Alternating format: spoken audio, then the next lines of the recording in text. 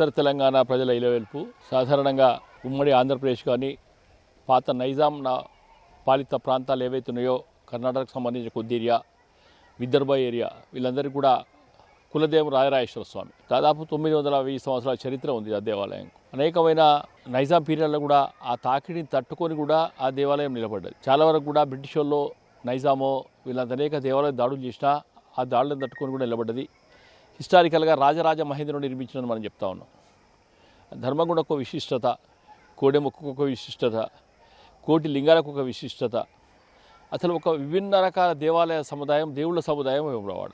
సాధారణంగా శివుని క్షేత్రాలలో సీతారామచంద్రుడు, అనంతపద్మ స్వామి, యాదగిరి నరసింహస్వామి, వీరబ్రహ్మ వీరందరూ కూడా అనేక మంది కొలువున్న ఆ ఏరియా ఏదైతే ఉన్నదో నిజంగా చాలా ప్రాశస్త్యం కలది.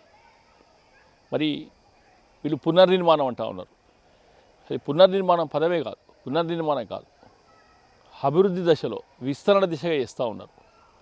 గత ప్రభుత్వం 35 ఎకరాలతో కూడా చెరువును ఆక్రమించి చెరువును దీంట్లో కలుపుకొని విస్తరణ చేద్దామనే ఆలోచన ఉండే.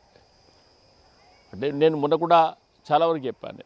సరే, ప్రభుత్వాలు మారుతూ ఉన్నాయి, ఎమ్మెల్యేలు మారుతూ ఉన్నారు, దేవాదాయ శాఖ మారదు కదా.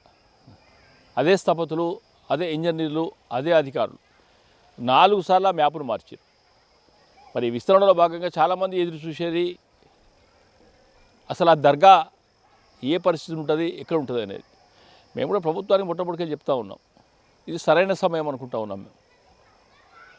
మరి దేవాలయ పరిధిలో ఉన్న, దేవస్థానం పరిధిలో ఉన్న, ఆ దేవాలయ ఆధీనంలో ఉన్న కోటిలింగాలను తీస్తారు, పక్కకు తొలగిస్తారు, వేరే దగ్గర ఇస్తారనే ఆలోచన ఉన్నప్పుడు మరి ఇదే పరివర్తన, ఇదే ఆలోచన విధానం దర్గా మీద ఎందుకు రావద్దు అధికార పార్టీ? మరి రానట్టయితే ఒక రకంగా మరి సెక్యులర్ సింబల్ మీద ఉన్నట్టయితే ఇవాళ స్థపతి దేవాదాయ స్థపతి మాట్లాడుతూ ఉన్నారు, దక్షిణ భాగం ఇస్తాం, నైరుతి తగ్గింది అని. మరి నేను అడుగుతూ ఉన్నాను, ఏ వేద శాస్త్రాలలో ఉన్నది దేవాలయంలో ప్రాంగణంలో ఒక సమాధి ఉండొచ్చా? దానికి సమాధానం స్థపతులు చెప్పరు, ఆగమశాస్త్రం చెప్పరు, ఎవరు చెప్పరు. దాని గురించి మాట్లాడే ధైర్యం కూడా ఈ దేవాదాయ శాఖకు, ప్రభుత్వానికి లేదు. అంటే హిందువులనే టార్గెట్గా, హిందువుల ఎజెండానే, లేకుంటే హిందూ దేవతా విగ్రహాలనే తీసేస్తే హిందువులు చాలా అమాయకులు, భారతదేశంలో కనీసంగా ఏం లేదు మా హుండీలో డబ్బులు ఇస్తారు పోతారేమో అడగరు అని అనుకుంటా ఉన్నారు. కానీ అది సరైన విధానం కాదు.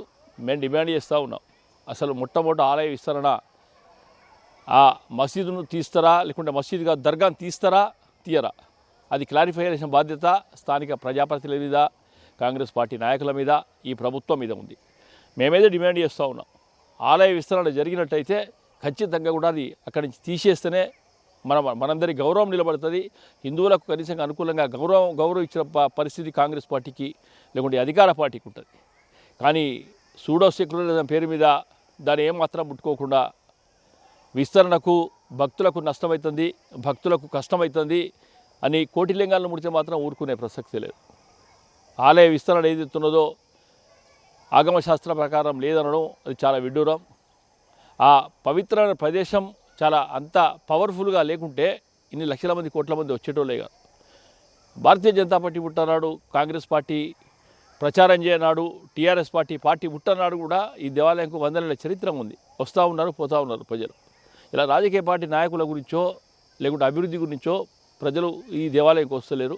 వాళ్ళ సెంటిమెంట్స్ సనాదిగా ఈ సనాతన ధర్మాన్ని నమ్ముకున్న హిందువులు ఎవరైతే ఉన్నారో వాళ్ళందరూ ధర్మాన్ని నమ్ముతూ ఉన్నారు, భగవంతుడు నమ్ముతున్నారు కనుక వాళ్ళందరూ వస్తూ ఉన్నారు. తప్పితే ఈ ఆర్భాటం ఎక్కువ చేస్తూ ఉన్నారు. లేకుంటే ఆ నమూనాలు ఏవైతున్నాయో టీఆర్ఎస్ పార్టీ చేసింది మేమెందుకు ఒప్పనే ఓ అహంభావంతో కూడా ఈ ప్రస్తుత ప్రభుత్వం వ్యవహరిస్తూ ఉంది.